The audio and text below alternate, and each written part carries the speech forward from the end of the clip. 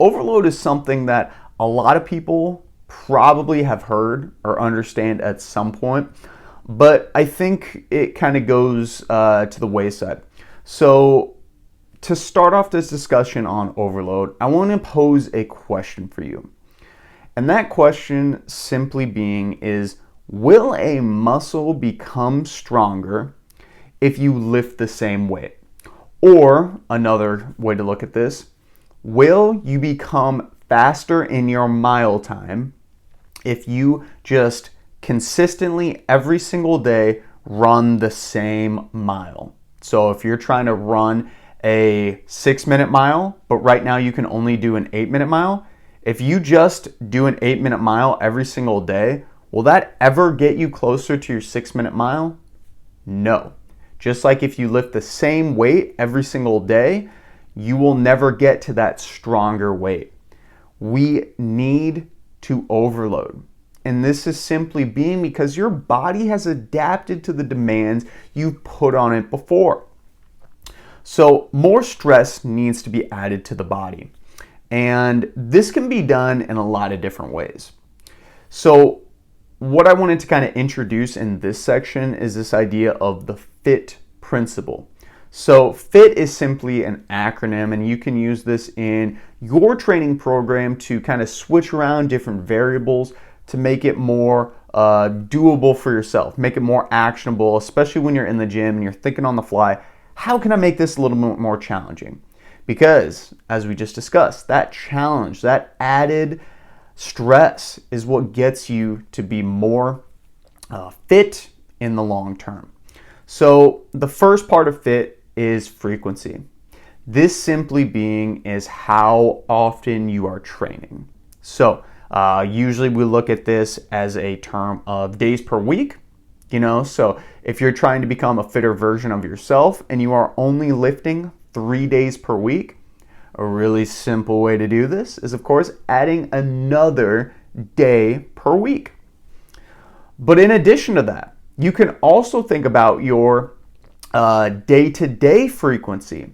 So if you have a lot of time on your hands and you're trying to become the fittest version of yourself, you might consider doing 2 separate workouts, bumping it up from one workout, maybe a 30-45 minute workout in the morning, to another 30 to 45 minute workout in the evening. Again, this isn't super practical for a lot of people, but you might be in a situation, maybe you're night shift or just have like a split shift job where you're just kind of working different areas.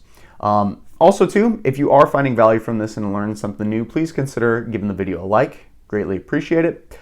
But that's frequency, and frequency can be played around with a lot depending on where you currently are at. We can also work on intensity. Now, intensity is something where people usually know what we're talking about, but when we're talking about intensity, it's basically when it comes to weightlifting or resistance training, how much force or how much load is being put on the body. So a really simple way to think about this is dumbbells. We might be lifting a 50-pound dumbbell one day. That 50-pound dumbbell is resistance and force. The intensity is basically that. It's 50 pounds. And that intensity, say we're doing a dumbbell row, for example, and we can actually lift a 100-pound dumbbell once. So that intensity of that 50-pound dumbbell for us is going to be 50% of what we can do one time. So the intensity is 50%. And intensity is something that you can play around with a lot when it comes to overloading your body. So if you're normally doing, let's use the dumbbell row for example, since we were just talking about that, you're doing 3 sets of 10 of a dumbbell row, and the intensity is 50%. A way you can become the fittest version of yourself and improve your overall fitness is by bumping that up maybe to 55% for 3 sets of 10. You have just overloaded the body, because when we do 55% or a 55-pound dumbbell, you are now putting additional stress on the body. And the stress isn't everything, as we'll discuss a little bit later. Stress is one portion of it. We need to recover and adapt and become stronger, but the stress is a good part. So that kind of gets you to that first session. So that's intensity.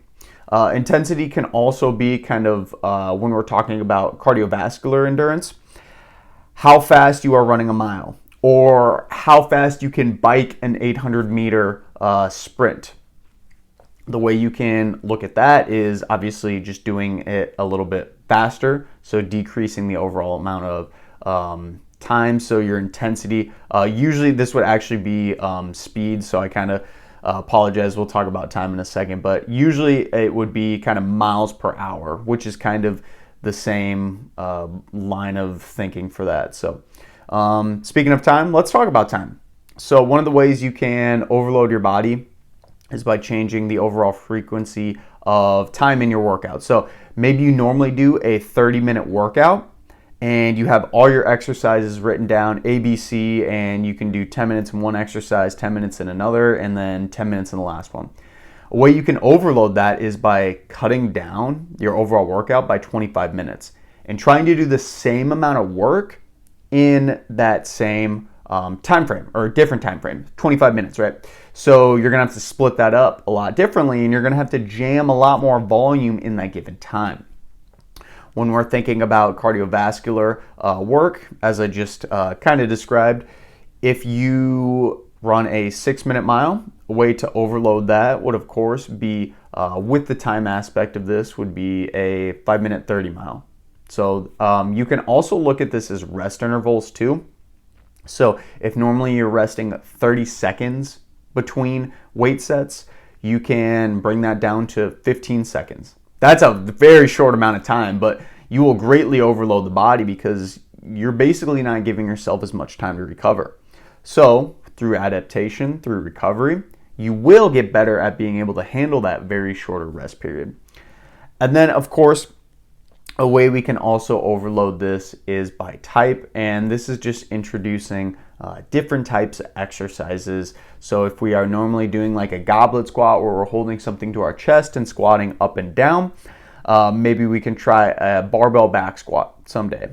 Or maybe we are doing it to a very slow tempo or a slow cadence down. So those are a few different ways we can kind of mess with type.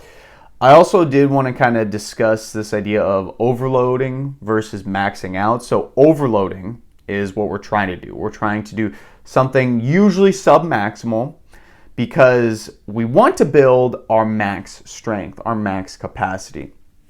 But we can only do that with overloading work, which is usually sub-maximal. Maxing out is the max stress, and you won't actually get stronger by just simply maxing out every single day. As well as you could, I should say, if you were just overloading incrementally. It might happen very, very fast, but you're going to hit a peak and probably get injured. This is what happens with a lot of people who go in and just bench their heavy set every single day.